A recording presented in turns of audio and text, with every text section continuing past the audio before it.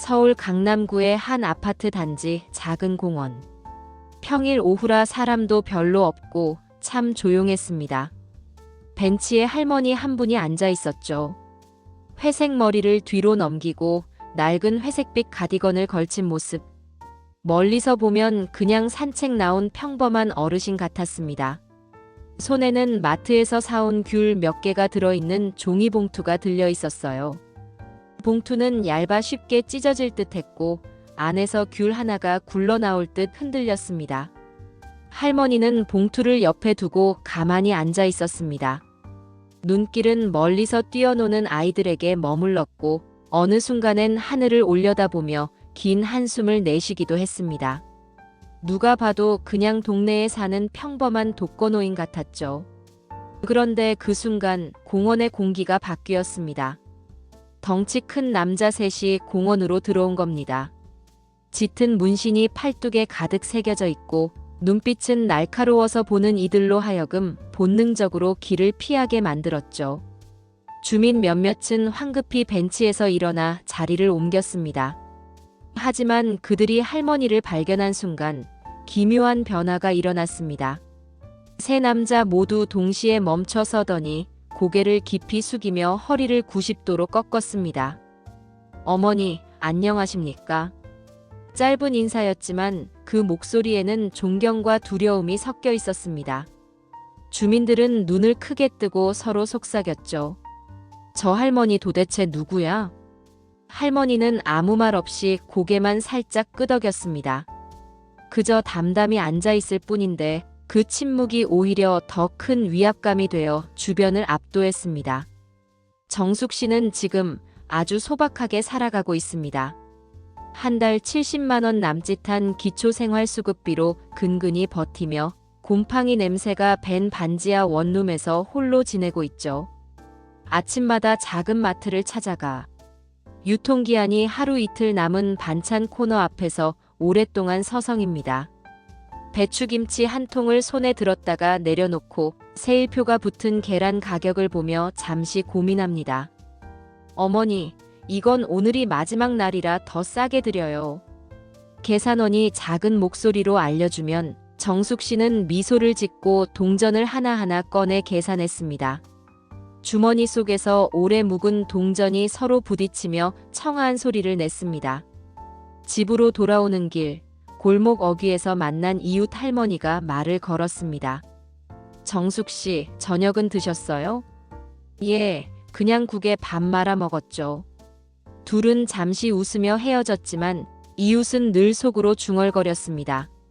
참 안 됐네 저분. 하지만 이상한 일들이 이어졌습니다. 거리에서 문신한 젊은이들이 그녀를 보면 바로 고개를 숙였고 유흥업소 사장들은 굳이 가게 밖으로 나와 깍듯이 인사했습니다. 심지어 검은 외제차를 타고 다니는 사람들도 차에서 내려 두 손을 모아 인사를 했습니다. 동네 주민들은 이해할 수 없었습니다. 왜 저런 사람들이 저분께 저렇게 하지? 하지만 누구도 차마 묻지 못했습니다. 정숙 씨는 그런 시선에도 아무런 반응을 보이지 않았습니다. 마치 당연한 일이라는 듯 담담하게 받아들였습니다. 1980년대 강남. 경제가 거품처럼 부풀어 오르던 시절, 정숙 씨는 지금과는 완전히 다른 사람이었습니다. 사람들은 그녀를 사채업의 대모라 불렀습니다. 압구정 고급 빌딩 꼭대기, 넓은 창문 너머로 한강이 내려다 보이는 사무실에서 수십억 원을 굴리던 인물이었죠. 사무실 안에는 항상 두꺼운 계약서와 돈 가방이 수북이 쌓여 있었습니다. 돈을 빌리려는 사람들은 문 앞에 줄을 섰습니다. 어떤 이는 손수건으로 땀을 닦으며 차례를 기다렸고 또 어떤 이는 들어가기도 전에 눈시울을 붉혔습니다. 정숙 씨는 냉정했습니다. 원금, 이자, 담보. 조건 안 되면 나가시오. 계산기를 두드리는 소리만이 방 안을 채웠습니다. 돈을 못 갚는 순간 전화 한 통이면 끝이었습니다. 부하들이 움직였고 채무자는 결국 다시 끌려와 무릎을 꿇었습니다. 정숙 씨 말 한마디가 곧 법이던 시절이었습니다. 하지만 언제나 냉정하기만 한 건 아니었습니다. 어느 날 2살배기 아이를 아는 젊은 부부가 찾아왔습니다. 아이가 폐렴이라 수술비가 필요합니다.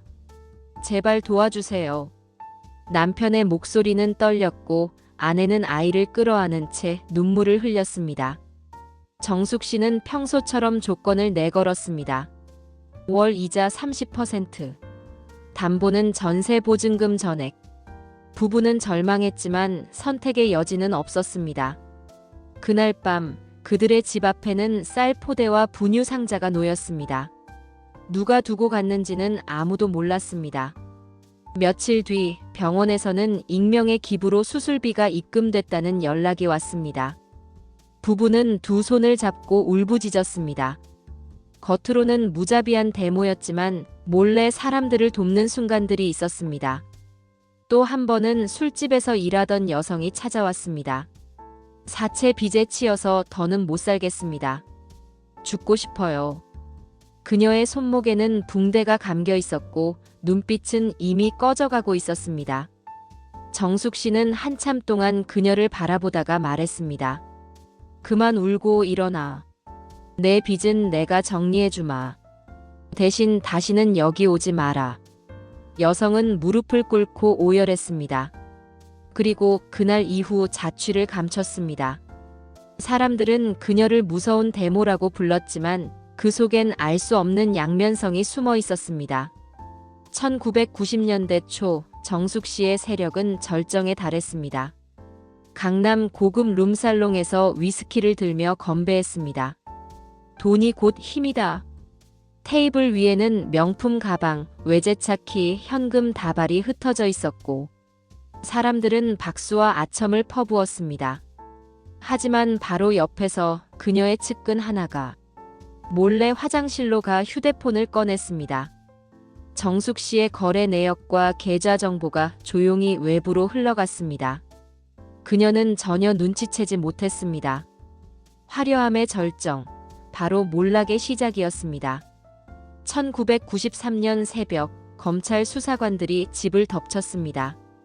잠옷 차림으로 끌려 나온 정숙 씨의 손목에 수갑이 채워졌습니다. 차가운 쇠고랑이 손목에 닿는 순간 그녀는 처음으로 두려움을 느꼈습니다. 법정에서 판결은 냉혹했습니다. 징역 5년. 국세청은 전 재산을 압류했고 남은 건 수십억 원대의 세금 체납뿐. 어제까지 회장님이라 부르던 이들은 전화조차 받지 않았습니다. 면회 오는 사람도 없었습니다. 교도소 생활은 정숙 씨를 완전히 바꿔놓았습니다. 처음에는 고개를 빳빳이 들고 내가 누군지 아느냐는 기세를 숨기지 않았습니다. 하지만 시간이 흐르자 고개는 점점 숙여졌습니다. 그녀는 세탁소에서 빨래를 개고 텃밭에서 풀을 뽑았습니다. 한때 수십억을 굴리던 손이 이젠 낡은 걸레를 쥐고 바닥을 닦고 있었습니다. 어느 날 동료 수감자가 배탈로 고통스러워하자 몰래 약을 챙겨주기도 했습니다. 예전 같았으면 절대 하지 않았을 행동이었죠. 밤이면 작은 창문으로 별을 바라보며 중얼거렸습니다. 돈만 있으면 다 될 줄 알았는데 결국 남는 게 뭐람. 처음으로 사람 냄새 나는 세상에 대해 생각하기 시작했습니다. 5년이 지나자 교만했던 데모의 모습은 사라지고 겸손을 배운 한 노인만 남았습니다. 출소 후 기다린 건 아무것도 없는 세상이었습니다. 갈 곳은 반지하 원룸뿐. 정부의 도움을 받아 기초생활수급자가 되었습니다. 처음 신청서를 쓸 때 손이 떨렸습니다. 수십억을 굴리던 내가 이런 걸 적게 될 줄이야. 하지만 결국 펜을 내려놓을 수밖에 없었습니다. 방은 습기로 가득했고 창문 너머로 사람들 발목만 보였습니다. 밤이면 위층 발소리와 수도 물 떨어지는 소리가 선명히 들렸습니다. 하지만 정숙 씨는 불평하지 않았습니다. 이만큼이라도 있는 게 어디냐? 스스로에게 그렇게 말하며 하루하루를 버텼습니다. 주민들에게 정숙 씨는 안쓰러운 할머니였지만 건달들과 업소 사장들에게 그녀는 여전히 전설이었습니다. 겉으로는 초라한 노인, 그러나 그 세계에서는 아직도 데모였던 겁니다. 어느 날 해가 저물 무렵 공원 벤치에 앉아있던 정숙 씨. 멀리서 젊은 건달들이 다가왔다가 감히 가까이 오지 못하고 그저 고개를 숙였습니다. 주민들은 또다시 속삭였습니다. 저분 뭔가 있는 게 틀림없어. 정숙 씨는 조용히 혼잣말을 했습니다. 돈과 권력은 한순간이더라. 결국 남는 건 내가 지은 죄와 빈손뿐이지. 화려했던 과거는 이제 추억이 되었고 오늘 같은 평범한 하루가 오히려 더 소중했습니다. 내일도 오늘처럼 그렇게 조용히 하루를 살아가면 충분했습니다. 오늘 이 사연이 즐거우셨다면 좋아요, 구독 부탁드립니다.